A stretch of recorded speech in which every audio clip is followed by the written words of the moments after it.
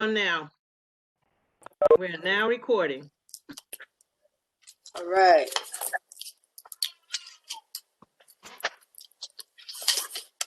Okay, Egeria.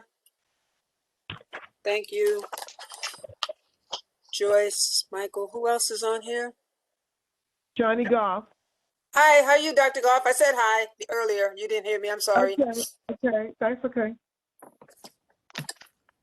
Good to hear your voice. Likewise. Okay. So we only have from the committee just you and I. So really? Let me see. I don't see anybody else. How many do we have? Okay. Participants.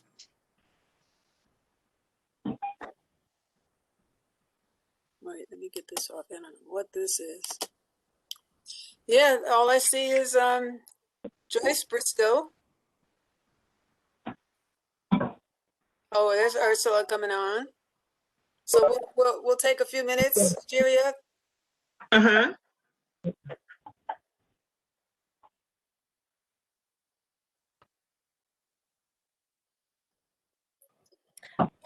Ms. Dickinson, would I be able to share a PowerPoint that I have? Egeria, how would she? Yes, you'd be able to. Okay. Now, let me see.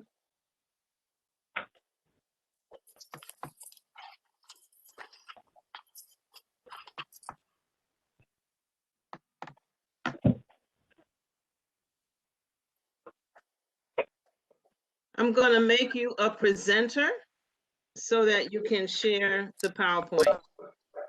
Okay. Or let me see, I'm going to make you a co-host. You should be able to share the PowerPoint with that. Can I try now and see? Yes, let me find you.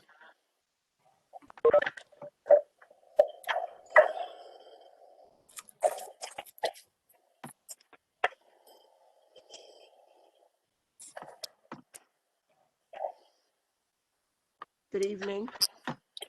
Good evening. Barbara Gibson. Good evening. How are you? Fine, thank you. We're just trying to get a little setup here, Miss Gibson. Understandable. Yeah, you know, this is my first one. Congratulations. I appreciate it. Thank you very We're going to much. be taking notes. Say it again. We're going to be taking notes. I'm only kidding. I'm taking notes. I normally take notes anyway. Force of habit. Catholic school. I'm stuck. I see Miss Johnson over there.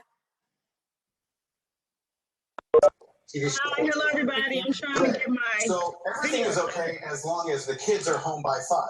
And at 5:01, we call the police. Boom. 69. And the fire department. Manners, etiquette, and at Yahoo. I'm not sure who that is. That's Miss Gibson. Oh, perfect. Okay. Thank you. Thank you. Thank you.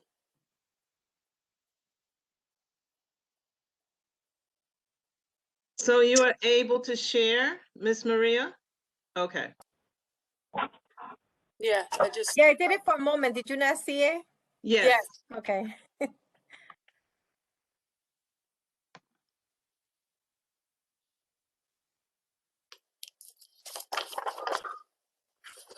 Dr. Burke. Good evening. Miss Denise Bond, good evening. See, my educators are popping on. I appreciate you.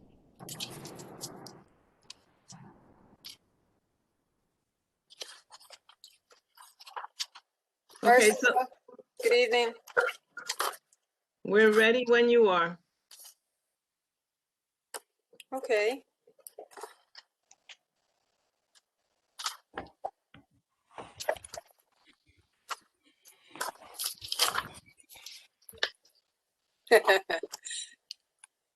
Who do we have? Okay. I'm still missing some members, but I think, well, what do you, Egeria, what do you think? A couple more minutes for other members to jump on? Is 5 after, or just jump ahead? No, I think you should go ahead, jump in. Jump right in. Look at, hi, Ursula. Dr. Robbins and Mr. Hey. Reed. Yeah, they'll, especially since Miss Maria is going to make a presentation. Yes. Yes. Beatrice, it's wonderful to see you. Okay, good evening. Education and Youth Services Committee meeting, the first one for 2021. I'm Talene Dickerson, your chair. The co-chair or vice chair is Anthony Reed. I don't think he's on here yet. And I have my other members, Dr. Goff, and I have Miss Gibson, Miss LeGrand Gibson. Thank you so much for being on. I don't know who 9178 is. Is that Beatrice? No, No. somebody just jumped on. Okay, so Hi, everyone. Good evening. It's Shaniqua Moore. Hi, everyone. Shaniqua Moore. Okay, hi, how are you? I'm good. I'm on my phone. Sorry. I'll switch over to my Okay. computer first. Okay. it's okay. Thank you. Thank you. So quickly, I have on the agenda welcome and introductions. The main person that I want to introduce, well, we're fortunate we got the chair and the first chair, is Maria Morales. Miss Morales is what we desperately needed so much as a parent liaison with the United Federation of Teachers, which is part of my life. Let me see. Do we have anything else on here? No. We wanted to talk just real briefly. If you have checked on in our handbook, you'll notice some of the, I don't know, somebody's got something on. I haven't mentioned in here about the mission statement. We'll go back to that after Ms. Morales, because I don't want to keep her here all evening. And Ms. Morales, you want to jump in there? Yeah, I'm just gonna share my screen. Is that okay? Yes, of course.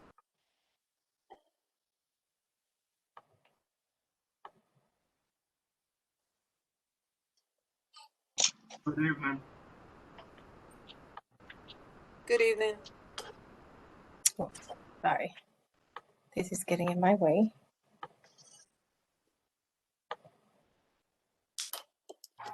Okay. Can you hear me? Yes. Yes.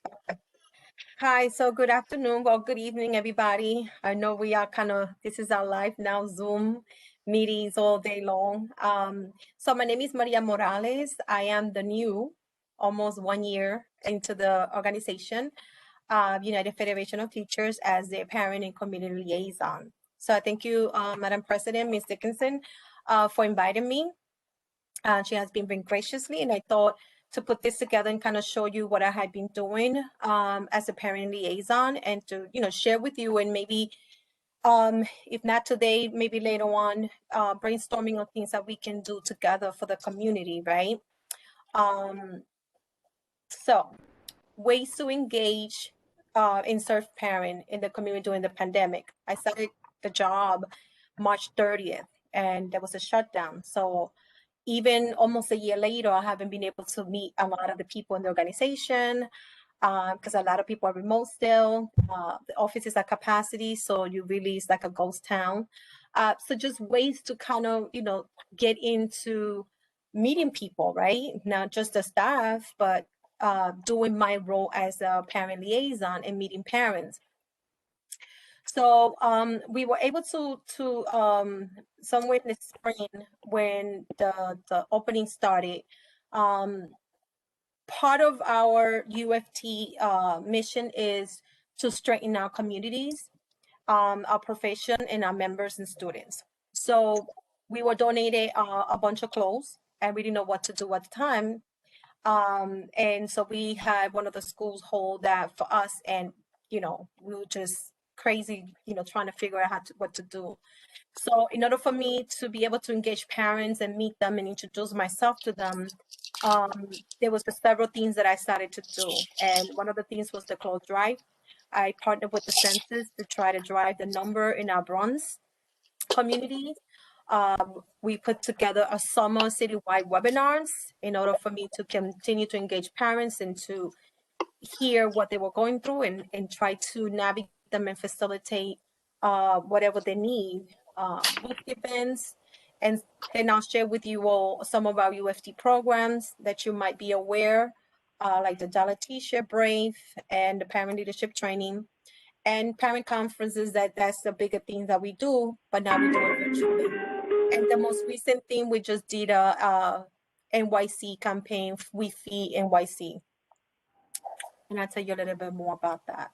So when I got the call of these big donations of clothes, and they were very nice clothes, a lot of them had tags and all, I was able to, with some of the staff that were able to come to the office, put together, and some of the schools that brought, that were willing to open the door for us, those that at least had the grab and go, allow us to have some clothes drive in front of the school. So parents that were coming, to grab some food, we were able to, donate some of the clothes. And these are some of the pictures. How to engage them so I can introduce myself to them and to see what their needs were.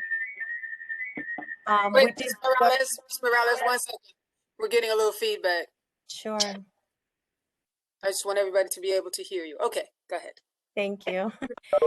We did quite a few of them in different parts of the Bronx, different schools. I was able to, change information for parents, collect information, engage them in a new way, and invite them to some of our webinars, and so to be able to have my ear on what was going on with them and what the issues were for them, which we all know, right? The connectivity, devices, isolation, the homeschooling, all of those things.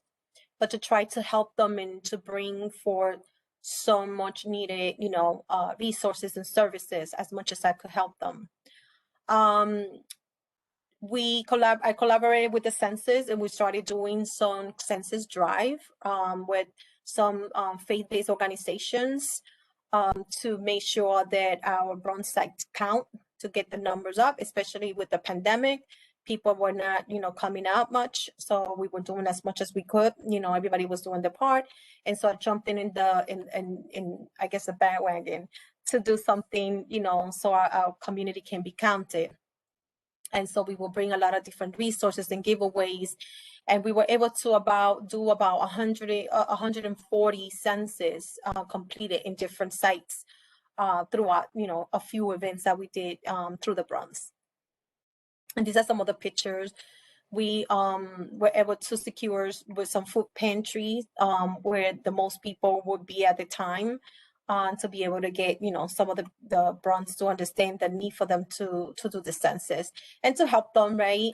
There was a lot of skepticism, mistrust, and just to be there to provide information and to build trust and get them counted.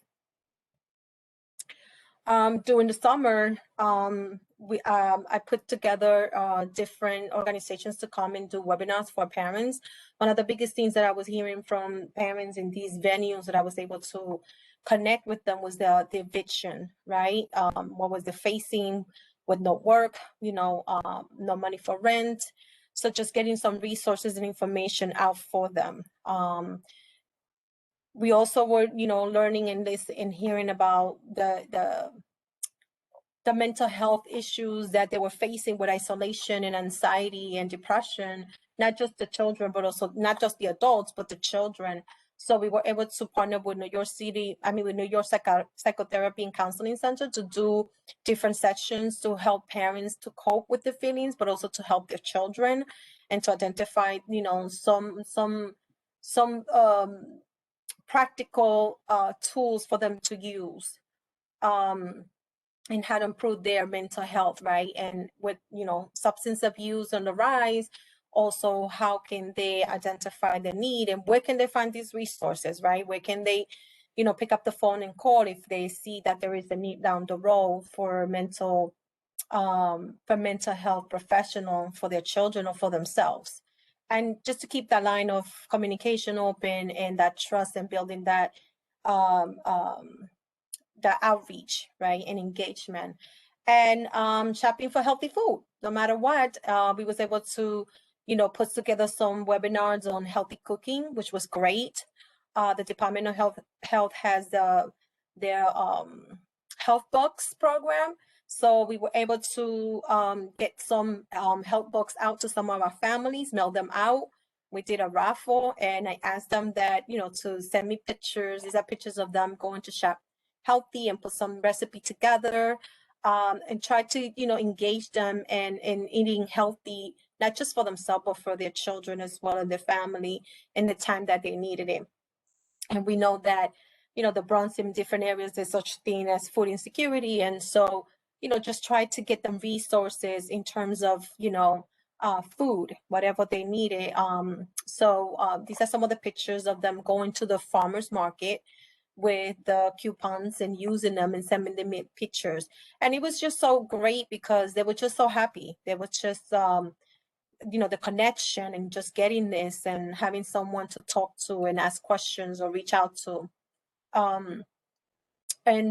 So, back in December, we know that, and if I'm going too fast, please slow me down.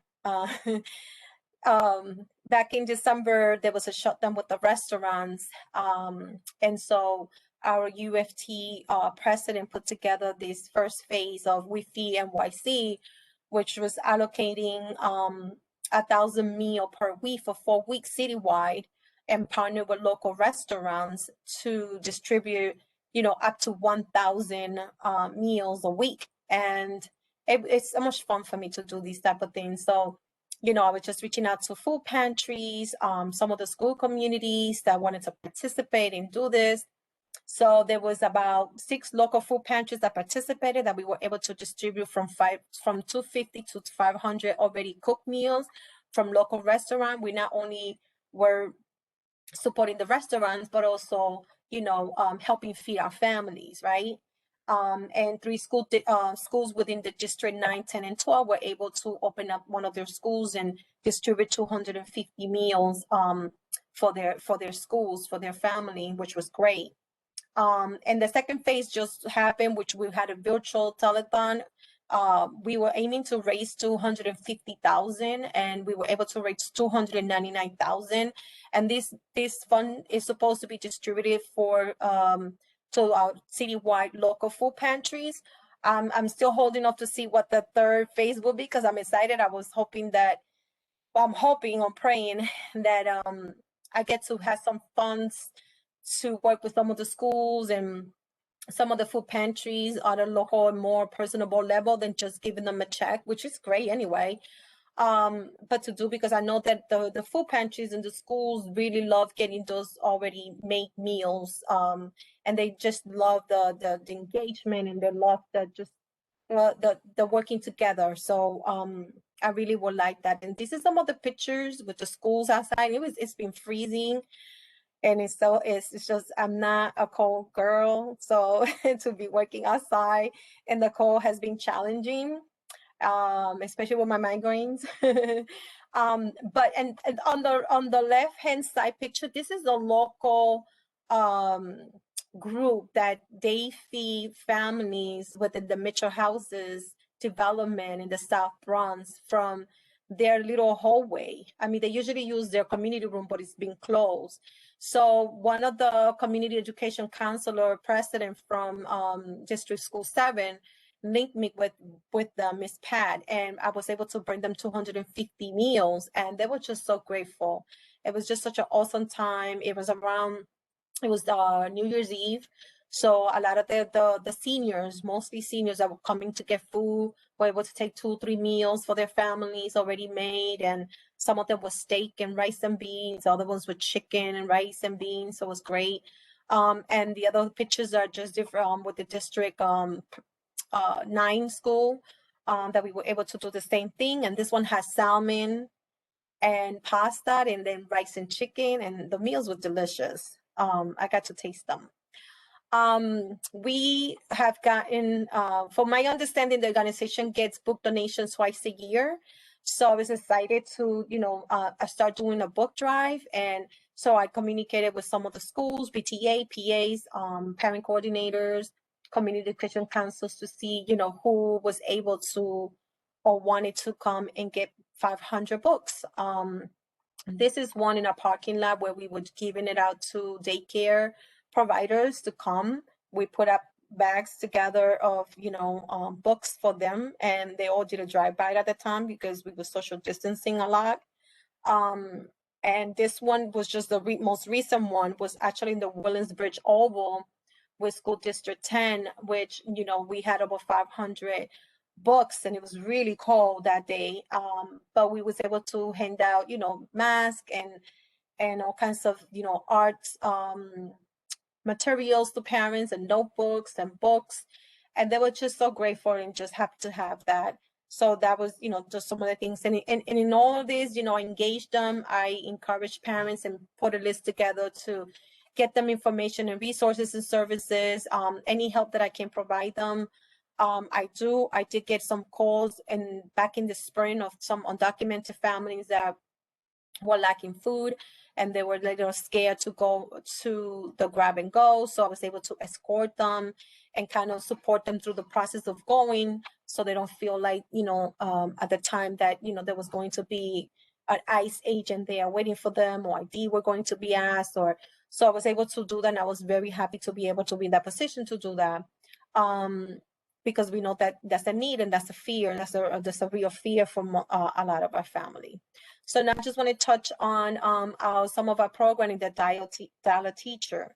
So Dial Teacher is a homework helpline for our students.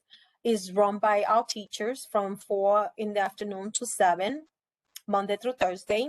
There's a number that they can call to actually, get a teacher to help them. They're doing it from kindergarten to high school. At one point in the summer, they were doing it just for, I believe, kindergarten to 5th grade, but now it's a full-blown, kindergarten to high school. There's 10 languages that is being offered. And the subjects that they have is English and math. But I believe that now, because school is in session, they have added a little more, a few more subjects. Not sure about them.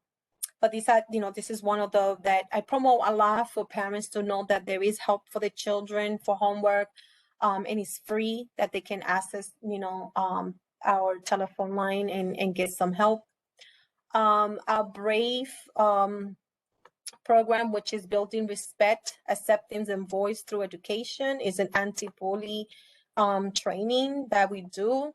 It provides students, parents, and educators the tools and knowledge to support and be proactive in confronting bullying, especially now with a lot of screen time, a lot of internet use, a lot of things like OnlyFans thing that's going on where, people opening these pages, and I guess they charge money to do certain things, and TikTok and those type of things. There's more increase for virtual bullying.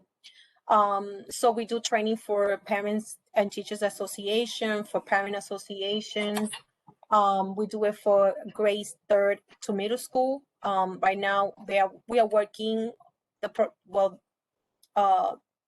unit is working in making one for high schoolers, especially for the LGBTQ population, in particular for that population, so they can also take advantage of this. And there was an update about this, and I'm trying to remember. We are translating in Spanish. Okay. So the last thing not the last thing, but the thing that is coming up now is Saturday, May 20th from 10 to 2. I'm putting together a small spring conference.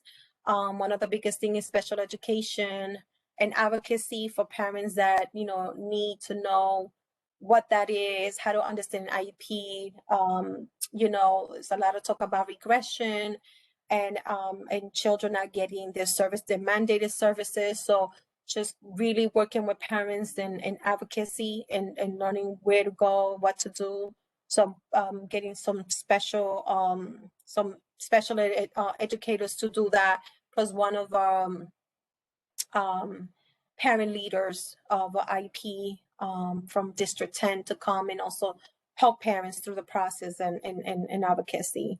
A healthy home, right now, everybody mostly at home, how to keep a healthy home environment. That's one of the biggest things that some of the parents have been telling me about. And mental health is being a huge one, not only in the summer, but it still continue. And, professionals say that we won't know the intents of the mental health damage until a year to 2 years after this whole thing is done, right? Not just only for adult population, for even our children. And I will go back a little bit and say the Brave hotline in the time of the COVID was offering and is still offering mental health counseling. It was overwhelmingly with our teachers calling with anxieties and depression and all kinds of stuff that they couldn't do the one-on-one anymore. They had to start doing grouping, but they were also extending it and offering it for parents and children too, for them to call. So I'm sorry that I didn't put that before. So mental health, we're definitely looking. I don't have a topic yet for that, and I don't have an organization, but I'm looking to look for someone that can, put together mental health. I always say, coping mechanism, right? Give me the information, but also give me something that's practical that I can use.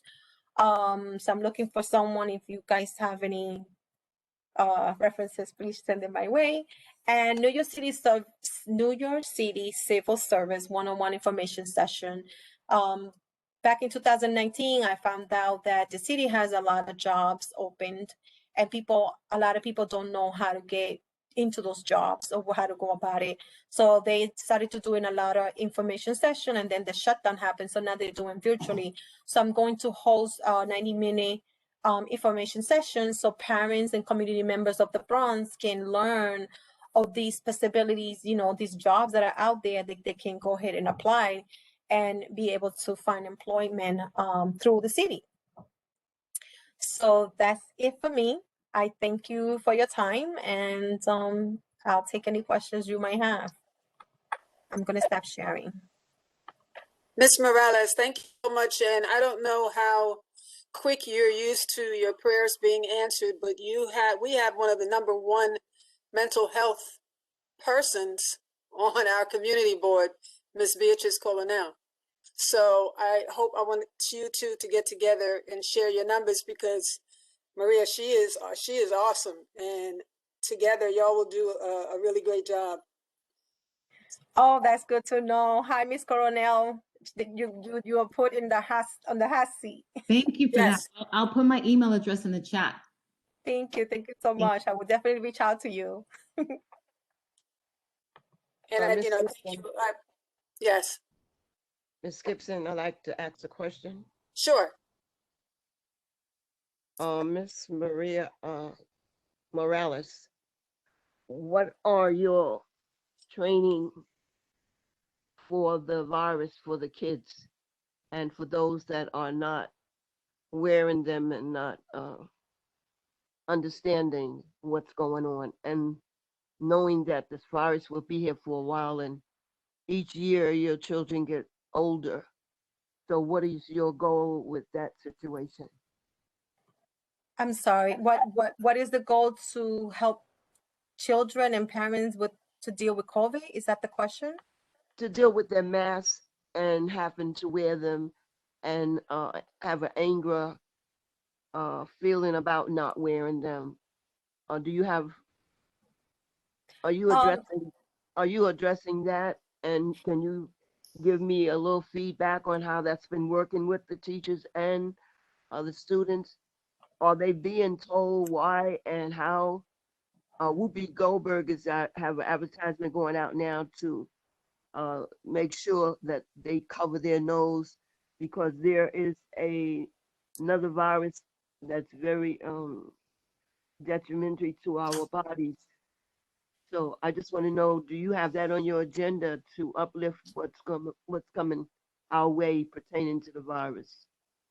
Well, thank you for that question. So I'm not personally inside the school, but my understanding, and I'll just talk a little bit about more, is that they do wear their masks inside the schools. I did do some visited some school in the summer when the enrichment centers were open when I first started, and that was one of the biggest things: the social distancing and the mask wearing. As far as my community engagement, I have not heard from any parent that does not want to wear the mask or their children. I do try to, in any event, provide masks and then speak to parents. They do come with masks, and those that don't, we give them extras anyway, and we encourage that. I've not found any parent that said, I don't want my children. Yes, I have heard from parents with children of special education how difficult some of their children, they're not going to school because they find it difficult to keep the mask on. And those directions will come directly from the DOE as, the demand for them to wear masks. But we did hosted a webinar not long ago. Every Thursday we have Power Hour or Parent Hour. And one of the workshops we did, we have a professional come and do how to wear the mask properly. And, I don't have the pictures, but we were giving a theme, and we were, mask different ways of this is the do and the do nots, right? And we were all showing parents how the mask should be wear, how they should wear the mask, how the children should wear the mask. So I mean, that's as much as I can share. But you bring a good point, and maybe that's something I can address in my spring. I will definitely put it down for my spring conference, so we can maybe revisit that again, because right, we learn by repetition, and it doesn't hurt to encourage parents to continue to wear the mask, and not only themselves but even their little children. Okay, it's like mandatory now that they want everyone to double their masks. So how is that pertaining to the teachers that's going to be teaching? However, it's a theme that I guess you will address. Thank you. Yeah, the double mask is a new thing now, and a lot of us wearing those masks made of cloth. So what is being encouraged to wear the medical mask first, and then put the cloth one as a second mask, on top of that one, just for extra protection because of these new variants that are coming out. Thank you. Ms. Gibson, just to let you know, this is Ms. Dickerson. I went to a town hall with Michael Mulgrew, who is the United Federation of Teachers president, and he addressed the fact that a lot of this has not been addressed and needs to be addressed from the DOE. So that was a great question that you asked. Thank you. I also am very interested in it because the media wasn't addressing our children enough. They were addressing the adults, but they weren't telling them why they have to wear it and to wear it. So yes, I'm glad to hear that you went to that meeting. Thank you. Okay, Mr. Michael Burke has his hand raised. He has a question. I do. Thank you, Madam First Vice Chair.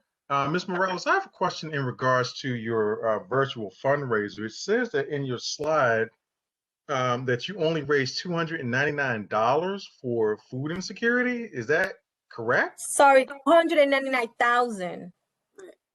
Okay, because that is grossly misleading, and so I suggest that you correct that. But other than that, when we talk about food insecurities, you're mainly, because the United Federation of Teachers, I think, is a teachers union. Is that correct?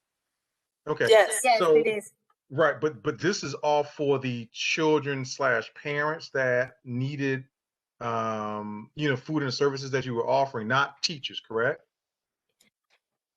Correct. The food was for the community, but teachers do live in the community as well. And I will share that when I was working at Montefiore Hospital, we did a survey to try to address some of the health determinants of health. And food insecurity was one of those questions. And we were not only serving employees, but also serving patients.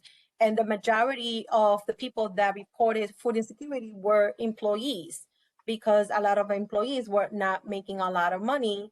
And so they were finding themselves being, needing extra.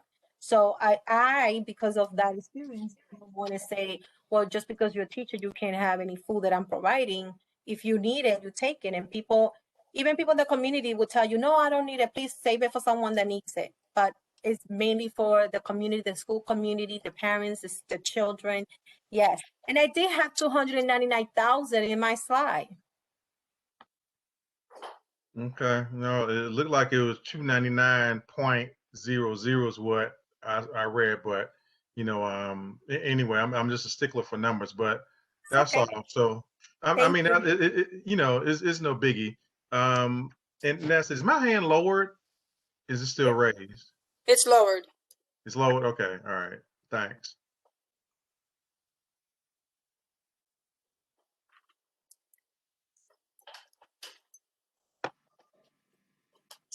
Okay, so I'm looking at the chat, Uh-huh.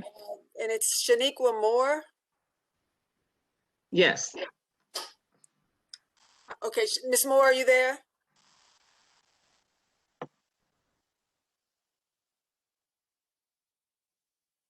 Miss Moore? Okay, maybe she put that in before she left.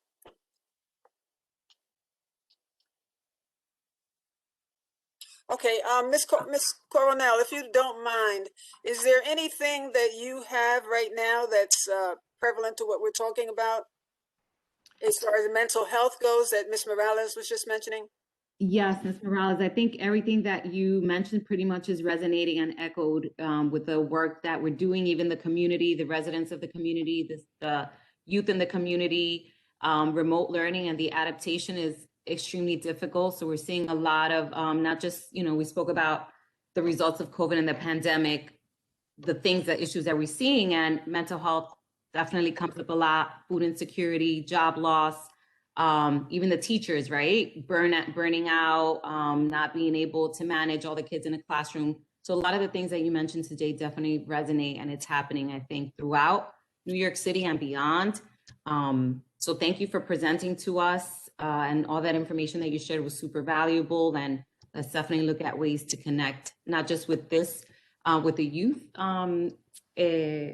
committee, but with all of the committees throughout our general board.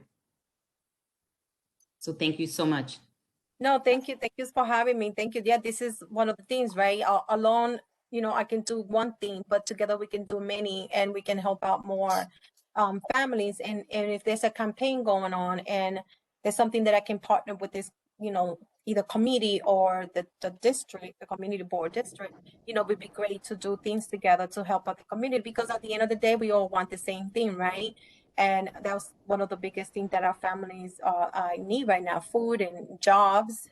So any opportunity that I find with internships or job training that are virtual, I encourage them. I send them email and I help them, however I can, so they can, just get back on their feet and be able to produce, because that's what they really want at the end of the day. So I thank you so much. Thank you. Just quickly, I'm noticing that Ms. Bond is on, Denise Bond, who is an educator currently, and I am a retired educator from 2017, and I'm just wondering if there's anything she can say to us real quickly about what she's being told at school in terms of your question about the mask. Right. Well, at least I work out of District 8, and what we have been instructed by my principal is that first of all, I'm a remote teacher, so I'm not in the building, but what the live instruction teachers have been instructed is that if there's a student who is refusing to wear the mask, that, the teacher will pull the student to the side and speak to them, maintaining social distance, about the importance of wearing the mask. And if the student seems to have the inability to keep the mask on as instructed, then that would be something that the administrative team would then jump in and deal with in terms of speaking to the child, and it's a very sensitive situation because many students and their families, they have experienced sickness or death. So it's a sensitive situation. And so it does require, a soft touch with it. But also then the administrative team would reach out to the parents or guardians and let them know that if your child is going to continue to be coming to school during or live instruction at this point, it is mandated that they are going to be wearing a mask. And if your child is uncomfortable with that, or you feel that that is not going to work for your child, then they should at that point go remote. So that's what's being offered. And so far, at least I haven't heard any kind of backlash from parents or from staff saying that that is not being adhered to. So I think that at this time, I think that at least in my school building, I can only judge from my school building, we've done enough to reassure the children that this procedure for everyone to stay safe. Thank you. I appreciate you, Ms. Bond. Thank you very much. Not a problem. Is there anybody else that would like to have, Dr. Goff, is there anything you would like to chime in on regarding what's going on right now in the schools?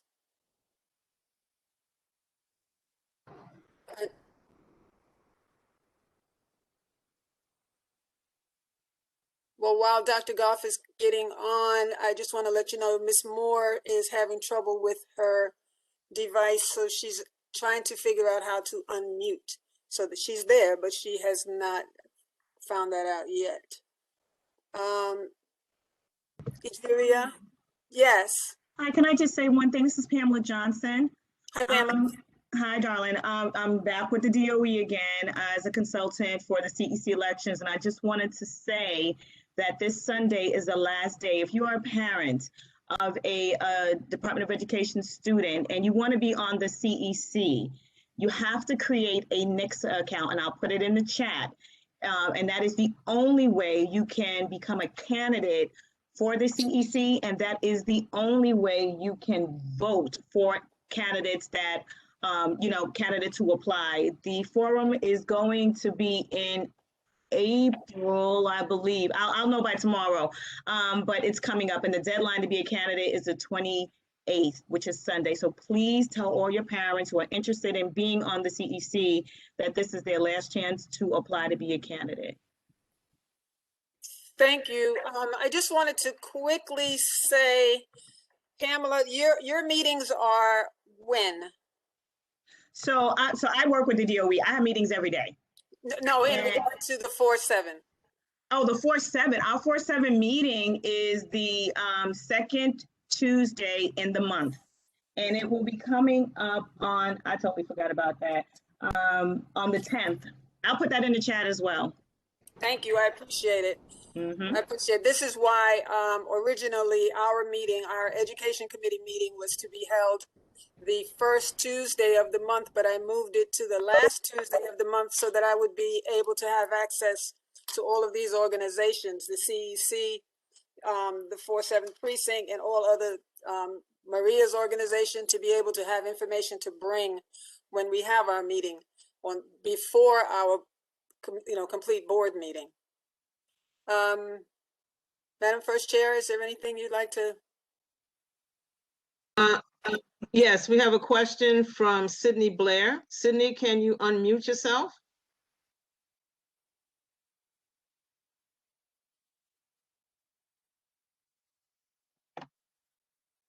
Okay, so her question, I'll start it. She's asking, how are teachers adjusting their evaluation standards during this time? She has siblings that are in elementary and in high school.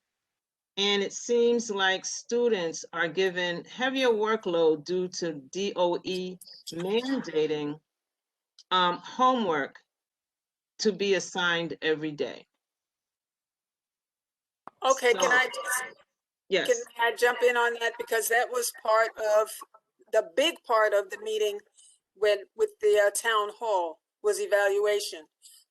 Normally you're evaluated, on different levels, under different terms right now, which none of that meets.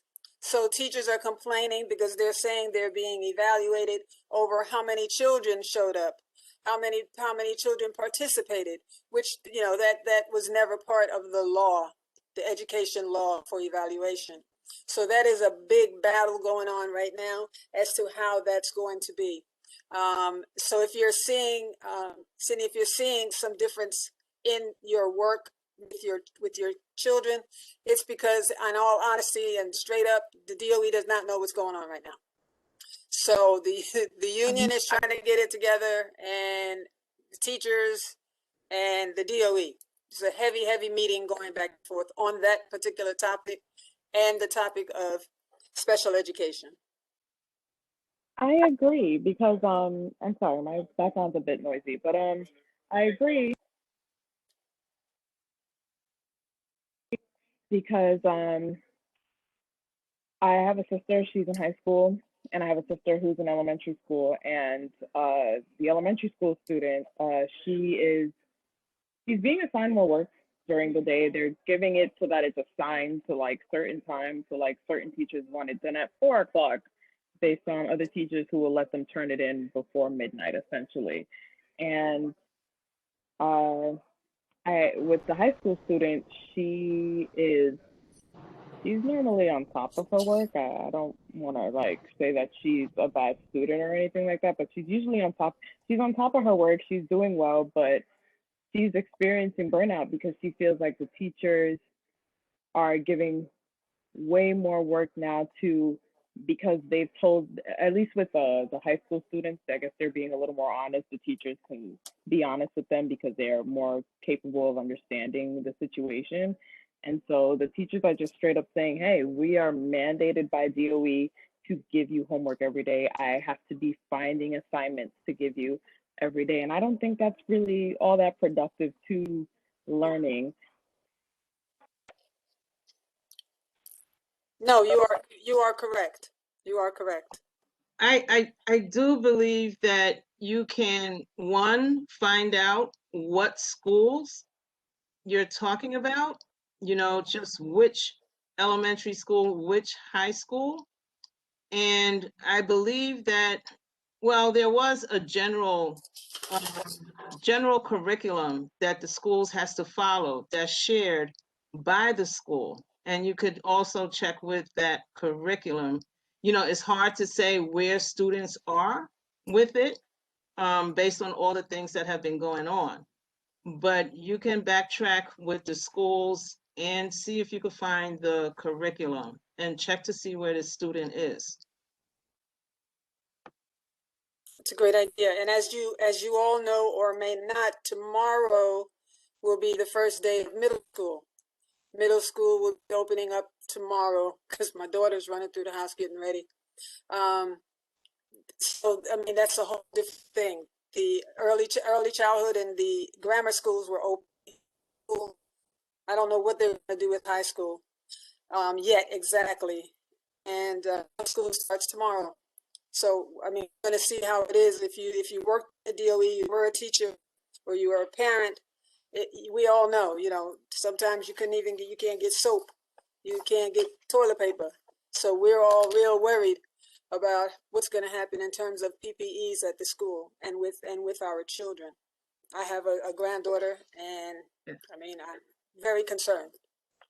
I think in general, the things we have to be concerned about with children in school is just that, is how accurate are they with the curriculums? How can the schools study the curriculums? How can the children follow through on the curriculums? Some of them with the technology at home and some without.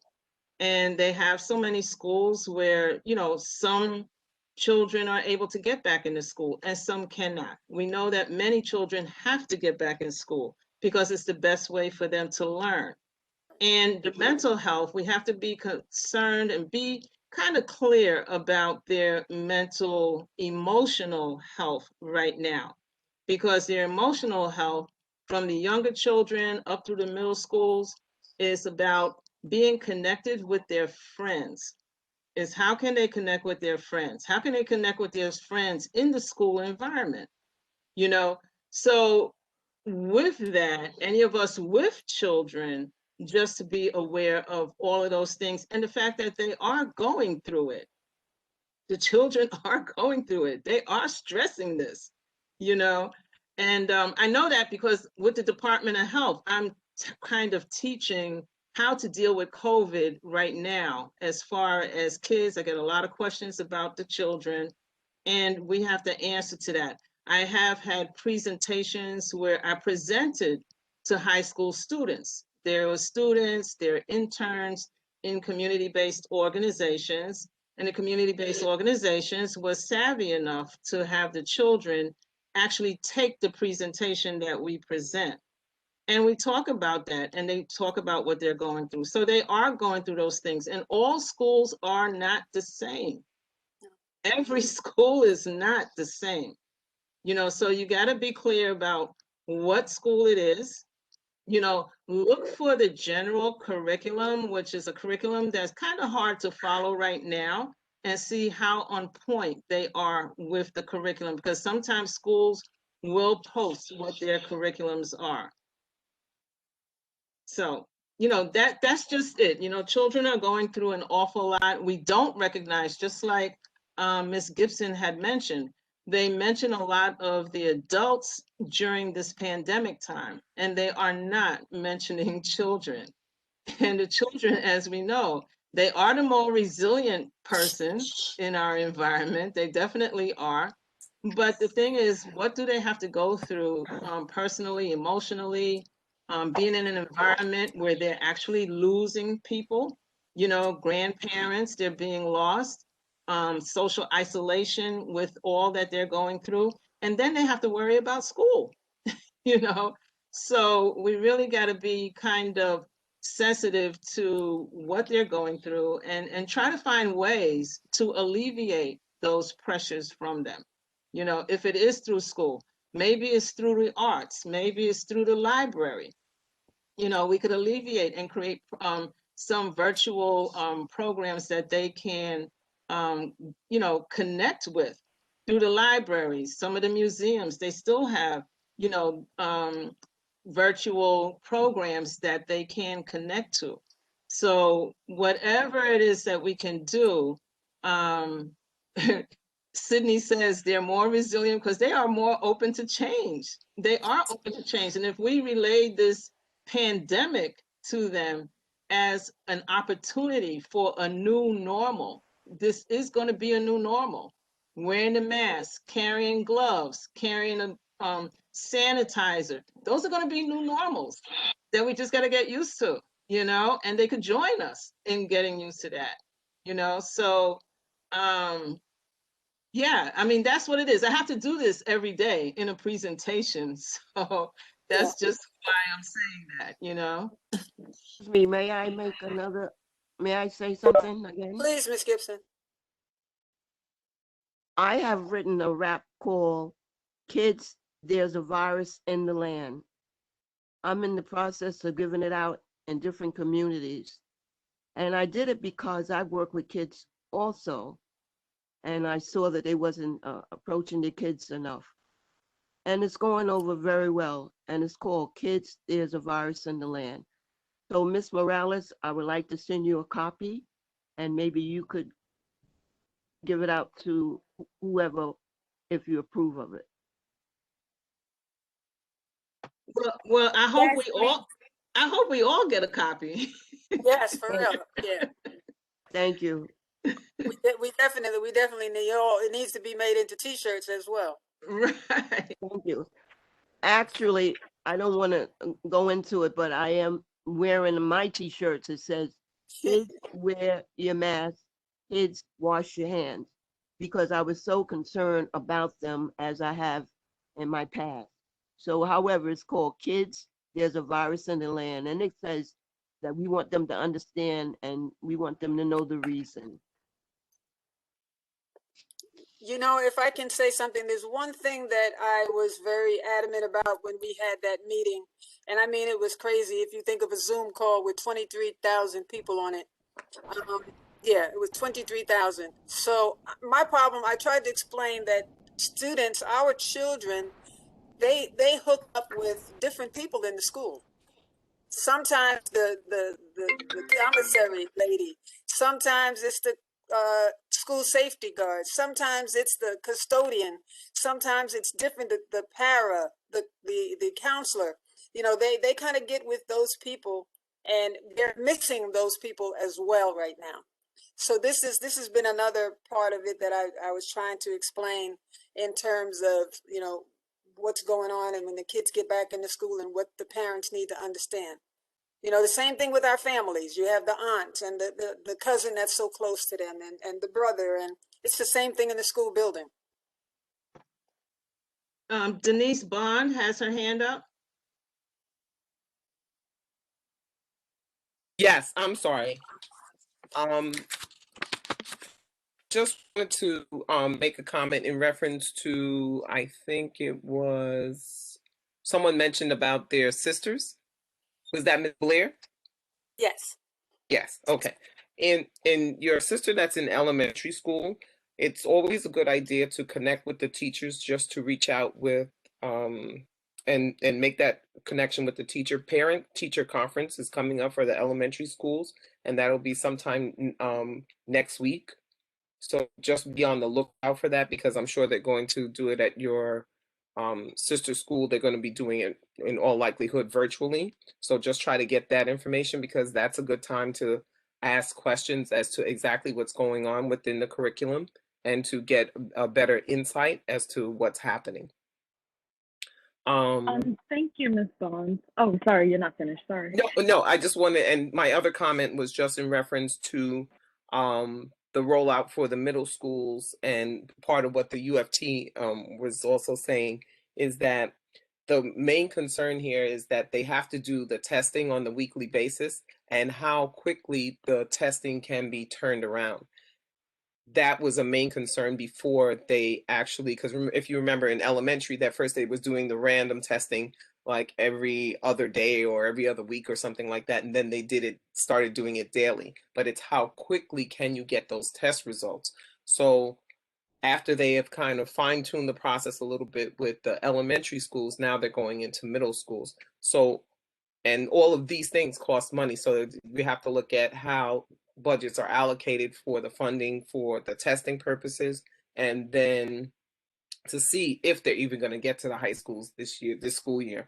It might only be going to get to the middle schools. That is yet to be determined. That was my comment. Thank you. Thank you, Ms. Bond. To clarify my comment, because I've been listening to the discourse, it's not that the curriculum is skewed, although in my opinion, being a product of plenty of the best schools in DOE, I would still say that the curriculum needs to be adjusted. But the issue is, I feel like a lot of students are being assigned like busy work due to DOE mandates. To your suggestion, Ms. Barnes, I am in contact with their teachers, both the high school student and the elementary school student. The elementary school teachers are sending us weekly updates alongside their progress reports every, few months and whatnot. But what I'm saying is, I feel like the teaching should be adjusted to the time. Like, teachers are experiencing burnout, and DOE, as Ms. Dickerson said earlier, they don't know what's going on. They're just giving out rules and saying, here, this is what we want. And they're not understanding that students are experiencing burnout. Teachers are experiencing burnout. Everybody's frustrated, and DOE is just like, well, I want this and I want this done now. Ms. Blair, I couldn't agree with you more. It's like they're building the plane as they're flying it. So there is absolutely a lot of that going on. But I think that, first of all, the school, it shouldn't be busy work, because at the end of the day, you want your sister, when she's ready for the next grade level, to be prepared. So if it's just about busy work, then that's not preparation for the next grade level. It has to be rigorous. You want to, this in education, what we need to try to do is to prepare our children to be thinkers. So I think that if it's just busy work, then that's definitely an issue. And you can ask in terms of the curriculum, like what are the priority standards? Because of the pandemic, the standards have shifted. It's not just the Common Core standards that we're looking at anymore. They have shifted, and you're looking at priority standards. So that is where they took the Common Core standards and they kind of condensed them into these priority learning standards. And you can ask specifically the question, use this language when you go to speak to the teacher, like, okay, the assignment that my sister received, what priority learning standard is it addressing? And then see what kind of response you get back from the school, because it shouldn't be about busy work. It should not be that. Right, and I agree, because it's not necessarily, so for more context, the elementary school students, I think that the work that they're giving, although it's a lot more than what she was normally getting, I feel like it addresses what they what they should be doing, and like it's going along with the curriculum. My only issue with that, which I am going to address with them, is the time allotment kind of thing. It's kind of odd to me that they want like certain assignments due at 4 o'clock and then certain assignments due at midnight. But with the high school student, she's actually a junior, but she's graduating a year early. So she's graduating this year. And I once saw her, she has an art teacher, and the art teacher is like assigning 50 pages of, as I call it, paintbrush penmanship. She wants you to just like practice strokes with the brush, with 10 different brushes, 10 different ways. And it's like, what does that do? It's busy work. I have that particular school, it seems like they're short on staff. Teachers that don't necessarily teach the subjects that they are teaching. She has an English teacher teaching her government and econ. And it seems like and because of that, I think that the assignments and the evaluation of the assignments are being skewed, because if an English teacher is teaching government, they're going to be grading your paper more so for English content and grammar and punctuation and things of that nature more than the government content. Well, there's definitely, I can say that you hit the nail on the head when you say that there's definitely a shortage, because there's a certain X amount of teachers rather who are teaching remotely, and they didn't have enough staff in the buildings to cover the students who are coming in person. So they had to kind of mix and match. So definitely that is a concern. But once again, I would urge you to have the conversation with the school administrators, and that's totally within your right to have that type of a conversation with them, to see exactly what's going on in the school. Yeah. May I ask a question?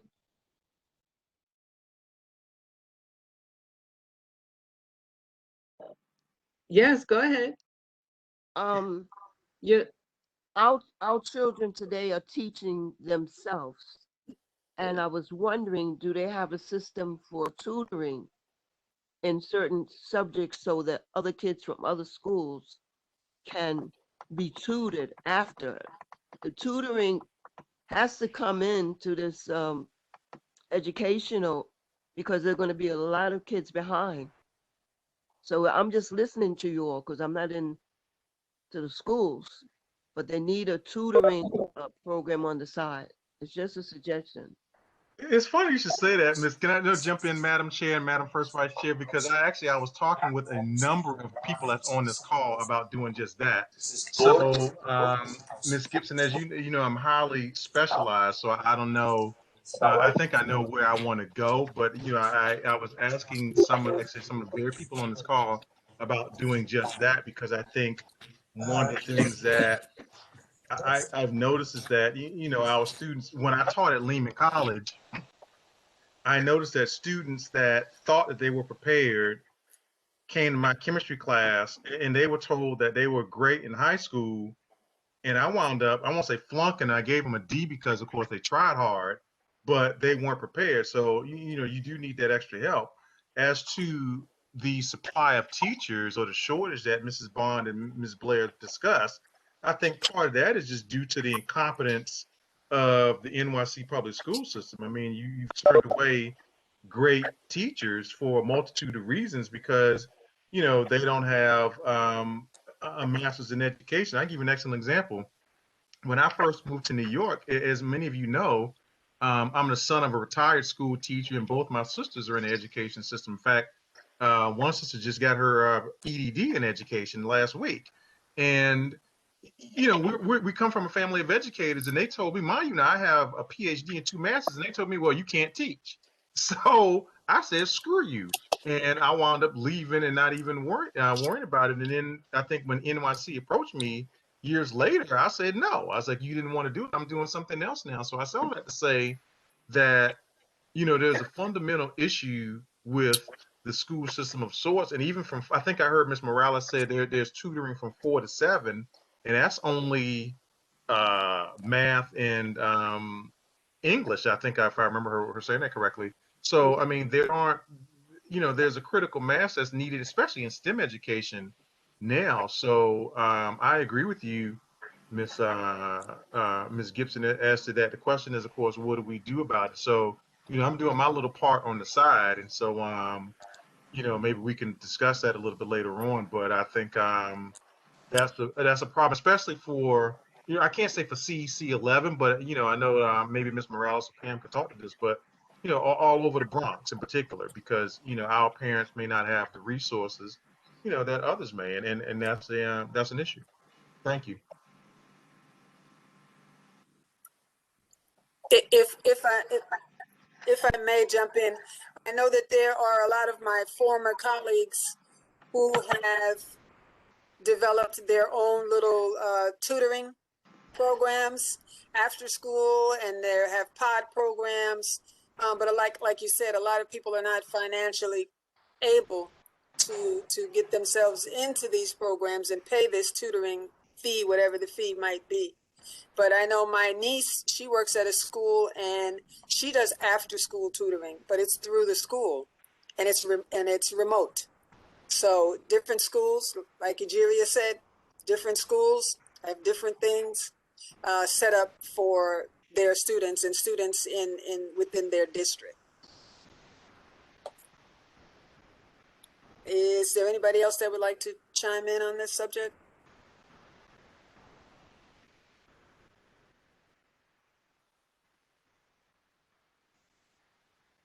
Egeria? No, I think that's about it. It's just a matter of, you know, for us to sit down and make a decision on different things.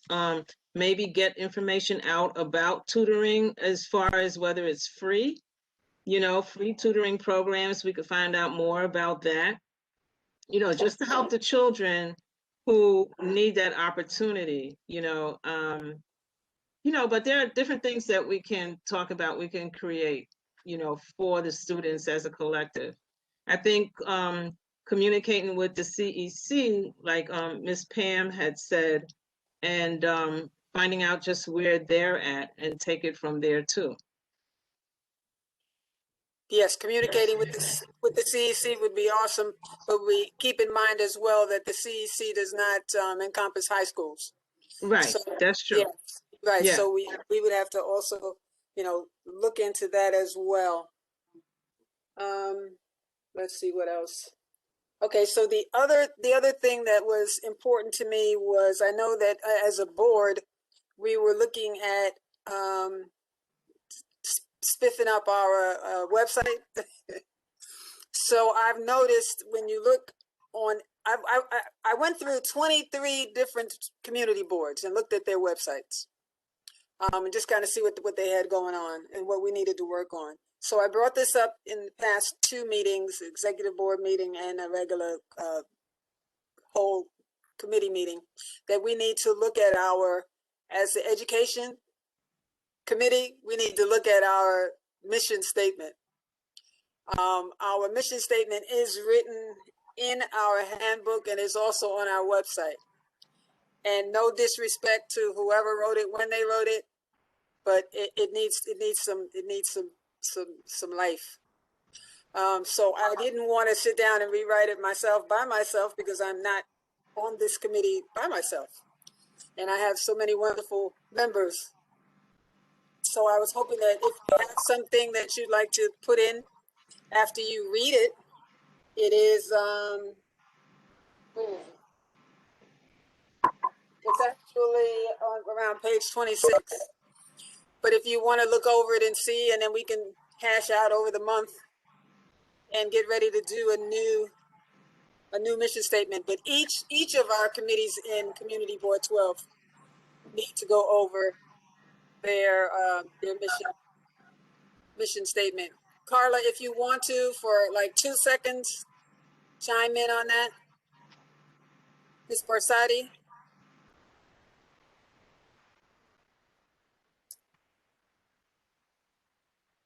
She's trying. I think she said, yep. She said, yep, in the chat. Okay, so that was the other thing, our goals. So please look at it and see. It kind of had me kind of scared, because we were the education committee and there were a lot of grammar errors. Yeah, it had me like really upset. There is particularly no old business, other than I'm just so extremely happy that the education committee will be up and running and doing what we need to do, especially at this time when it is so very necessary. The new business, we took care of things that we want to. Okay, Carla's leaving a message. The new things that we would like to do. Is there anything else? Oh, I see Anthony Reed. Do you have anything? My vice chair, do you have anything you'd like to chime in on? I just want to thank everybody for coming on. I want to apologize because I fell asleep. I worked a little late and I fell asleep like, oh my God. But I'm just thankful that we're moving forward, and I think they were actually talking about opening up the schools sometime this week, or is it next week? Tomorrow. Yeah, Wednesday, 4th, I believe. But it's we just got to see how it goes, man. I just hope everything goes well. I know the kids definitely need to interact, and a lot of that staying home stuff it's affecting the kids. So I just think that's a good move, but I'm a little scared myself, because this is really serious out here. We just need to be safe and do what we're supposed to do. And I just want to say thank you to those that are going through things, but they're still on the call. But I think if we can share numbers, man, we need to reach out to each other, because everybody's going through something, man. So please, man, don't be afraid. I have my number. If you want to leave your number, I'm good at calling just to check on people, man. We have to check on each other, please, man, because this is really like a time where people are uncomfortable and you don't know what's the next step. So I just want to share that, because and thank you for letting me share that. Thank you, Mr. Reed. Dr. Goff, is there anything you'd like to jump in here with?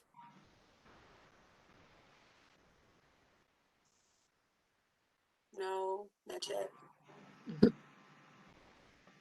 Dr. Goff? Okay, Ms. Gibson, any last words? Yes, I want to Can you know hear me? about the Yankee Funds application. Has that been fulfilled yet? Ursula, I see Ursula is still on here. I know we sent in, I'm not sure how many were signed by Dr. Burke. As far as to what I know, it was 4 total. So I don't know if we got a 5th one in or not, Ursula. No. So there's still room for one more. There's still room for one more, Ms. Gibson. All right, I have a young man I think could be qualified for that. The second question, how many attended this meeting this evening? 17 people. Are they officially members of this, of the education, or they just joined in to participate?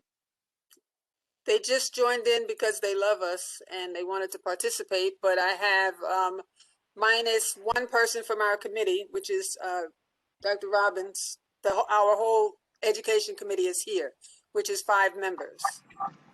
Fantastic. I'm glad to know. Yes, so am I. I'm very proud of the turnout tonight and the topics. Thank you so much. May I say something, please? This is Dr. Anthony Joseph. I want to make sure that I'm still a member of this committee because I'm not sure of the successful. Okay, so let me just say, we don't remove anybody unless you request to be removed. So he's a community resident who's a member. Thank you. Okay, Dr. Joseph, it's my pleasure. I did not have your name, but I do now, so you're in trouble in terms of me relying on you for different things. That's fine. My number is available. I never turn my number down. Everybody can have it as far as I'm concerned. Who else is left? Dr. Burke, I see your hand. Thank you, Madam Chair. So this is a great meeting. So a couple of things that you mentioned that I want to address. I think the first thing as it pertains to Ms. Gibson's question is as far as how many applications I've signed.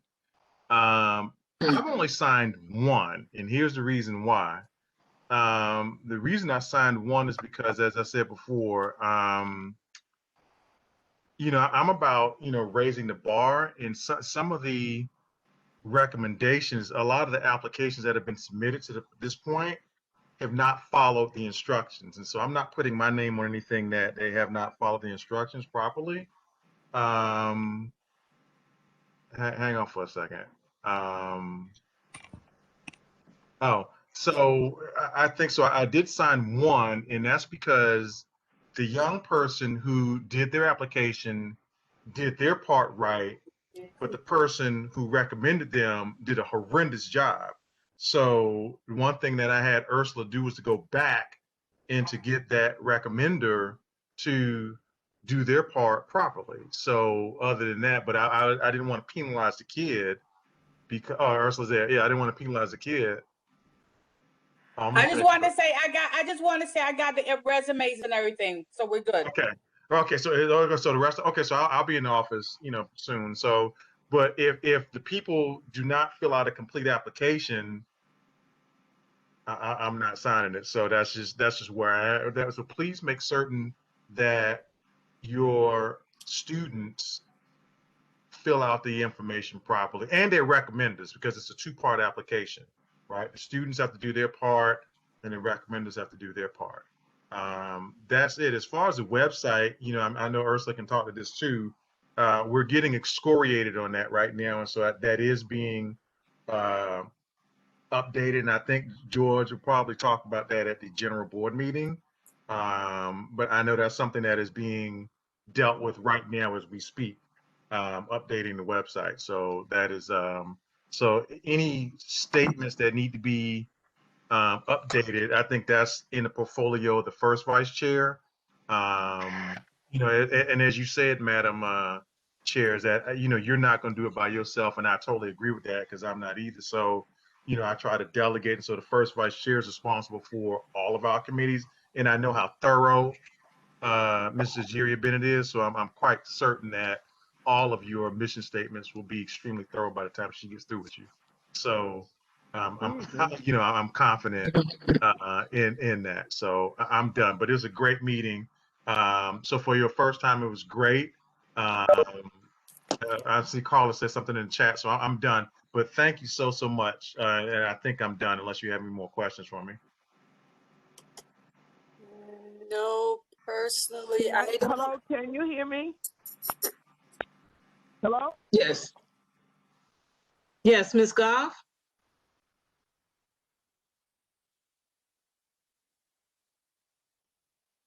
Okay, we got her for a minute.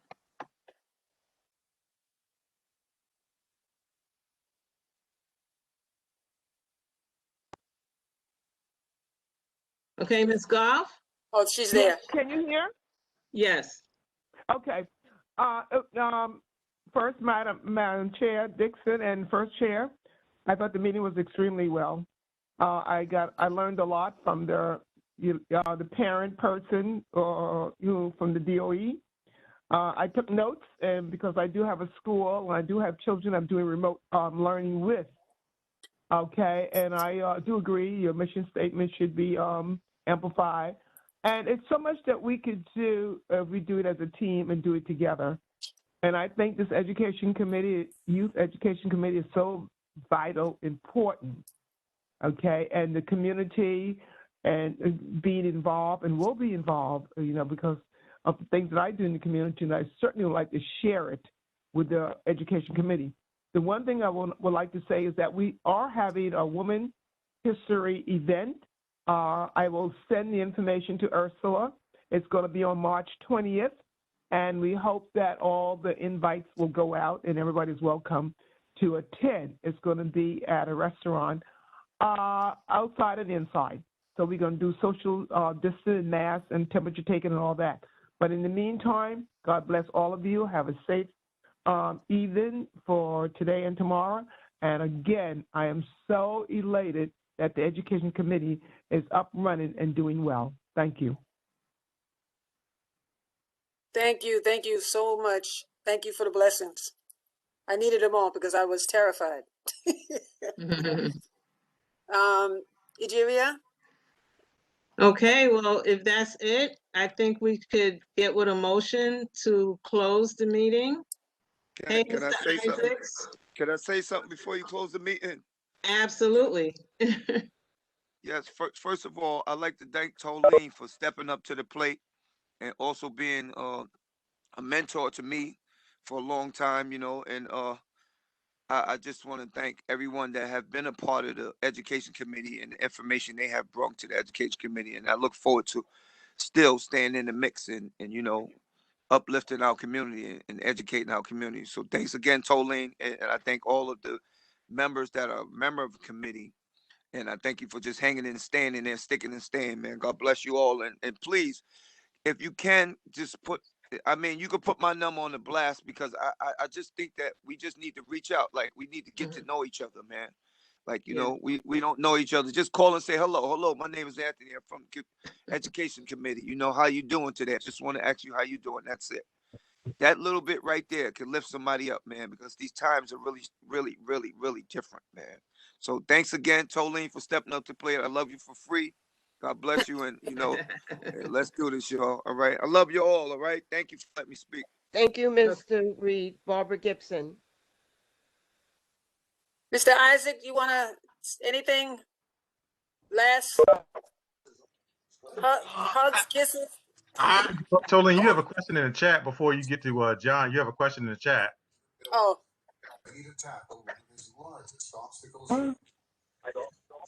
It's from Professor Banks. Thanks. I don't even see her. In the chat. She wants to know if we include higher learning in this committee. Almost higher learning as in college?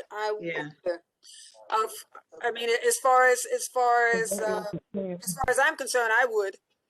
I mean, because that's the next step for our kids, and they have, now with everything going on with the FAFSA and graduation, yeah, it's kind of would be a good idea.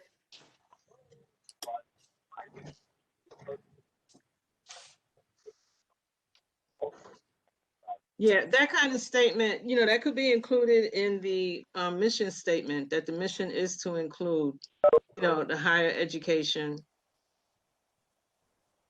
higher education, well, almost of all people, but higher education, especially youth. Okay, come on. Yeah. Hello, John. Hi, guys. I was on earlier, then I left for a minute, then I came back. I'm actually just want to say congratulations on your meeting. It was a success.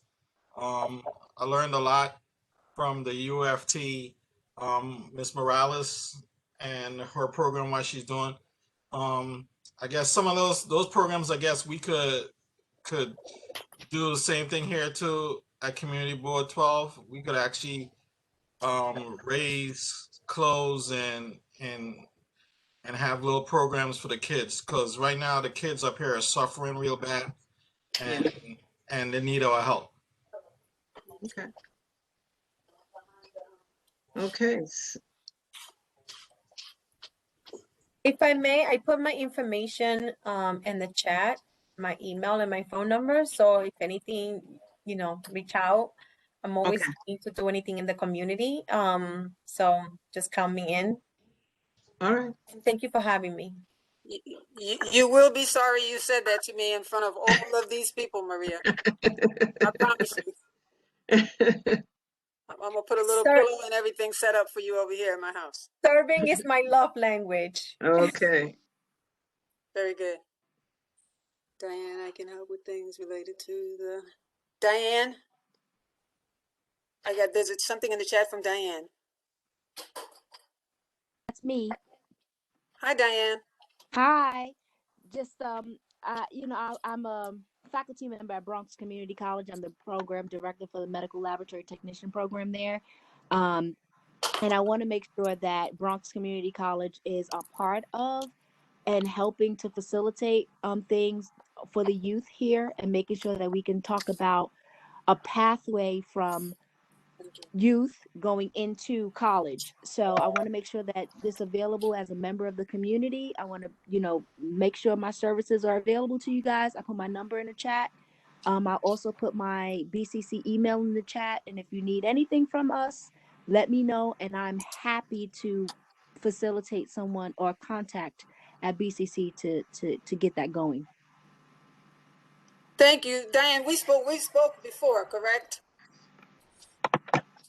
So it was clarifying the language for secretary versus recording and corresponding. Right. Okay. Thank you, Ms. Banks. Okay, May I say something again? Sure.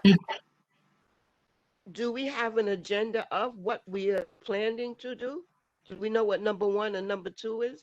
Or are we still in the planning stage of our agenda for the future? I'm taking notes, and I have it. I don't know if you saw this agenda that I put out for this meeting. Did you get this agenda? Yes. Okay, so yes, we have our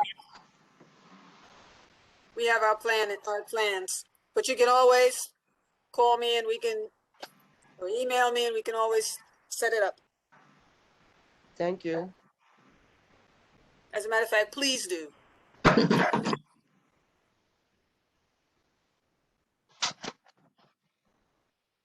Oh, Egeria, the chat, did we get a copy of the chat? You can right click on your computer and you'll see it pops up and it says select all. You can select all, then you right click again and it says copy. And in that way you could copy the chat. Okay, so I think this computer might be as old as I am. Right. I don't see anything that says, Carla, are you able to copy? Yes, you could do it in the 3 dots. You click the 3 dots. So what happens is, and I'm jumping in because what's happening is when Jerry stops recording, it goes to the server at the city.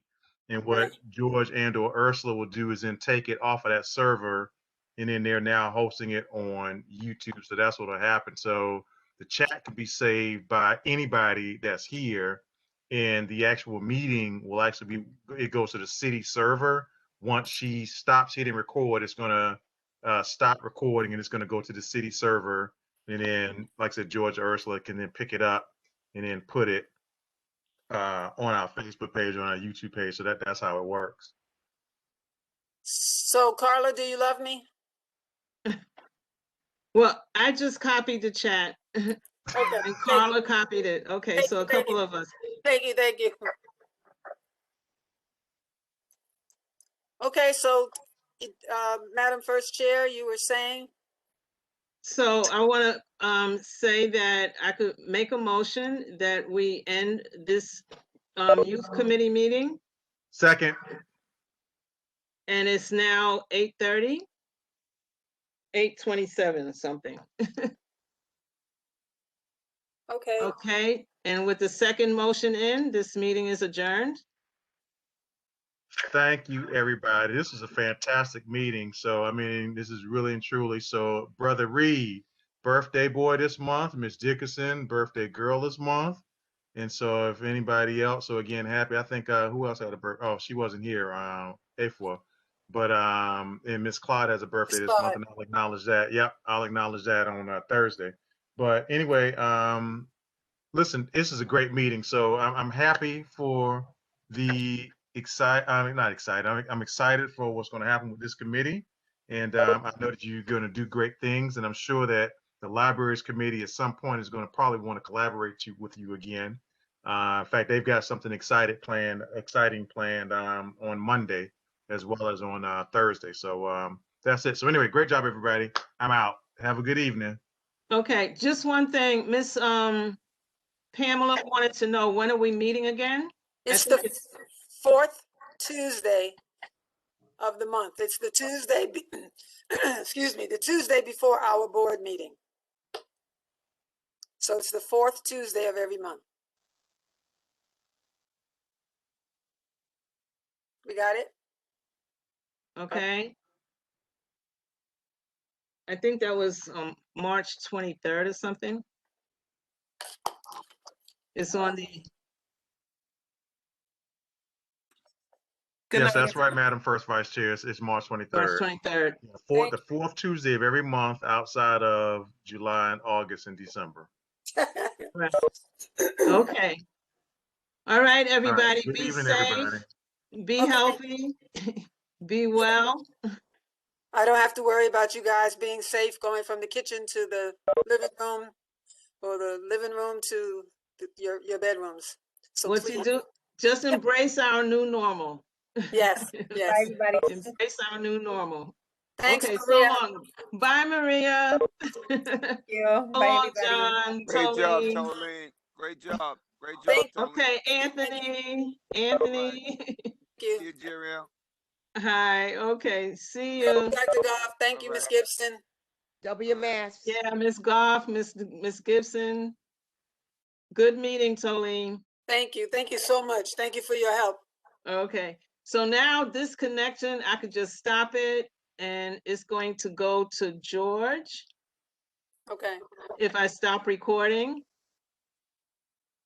I should have asked Ursula. Okay. Let me see. Recording is in progress. Pause, stop. Well, where it said save is not up there anymore for me Oh, okay. to save it, but now I see where it is. Okay, so now he said that this recording is going to go to the city. Mm-hmm. And then George and Ursula could pick it up? Yes, because I remember our last executive committee, they were complaining about there was so much on there. Uh-huh. They were asking people to delete. Oh. Now George and Ursula can get a hold of it. All right, so I'm gonna stop the recording now. Okay. And we have to ask George and them how